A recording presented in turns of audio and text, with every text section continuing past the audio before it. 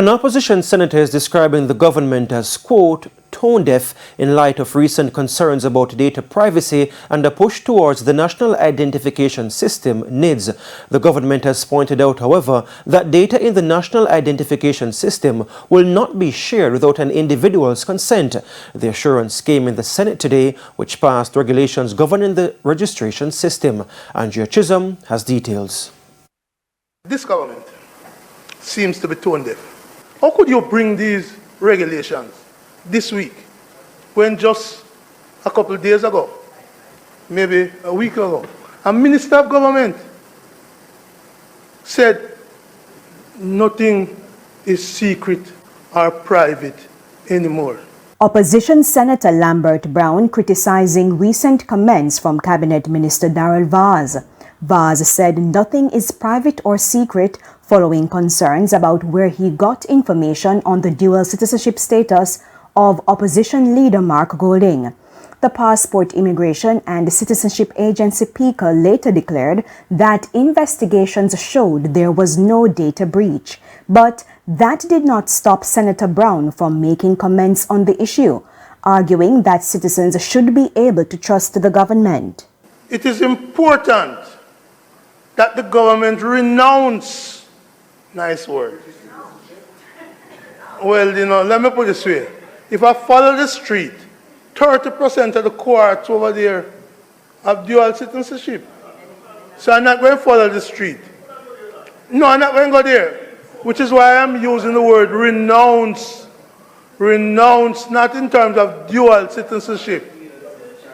But I want to use the word renounce.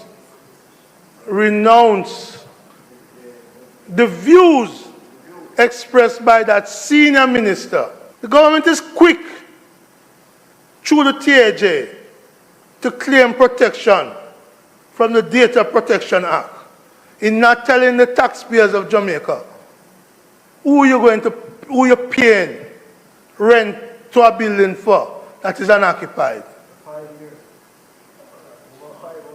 You claim protection of the Data Protection Act for that, but you don't claim it for citizens of the country's private and confidential information. Now, Minister with responsibility for skills and digital transformation, Dana Morris Dixon, argued that NIDS is a robust system.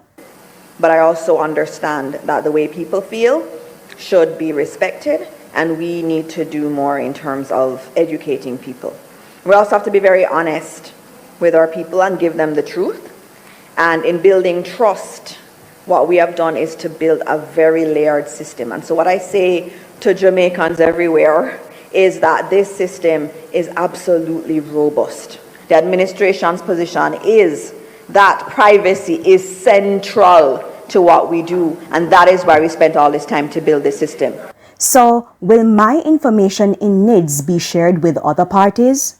So no information can be requested unless that individual has consented.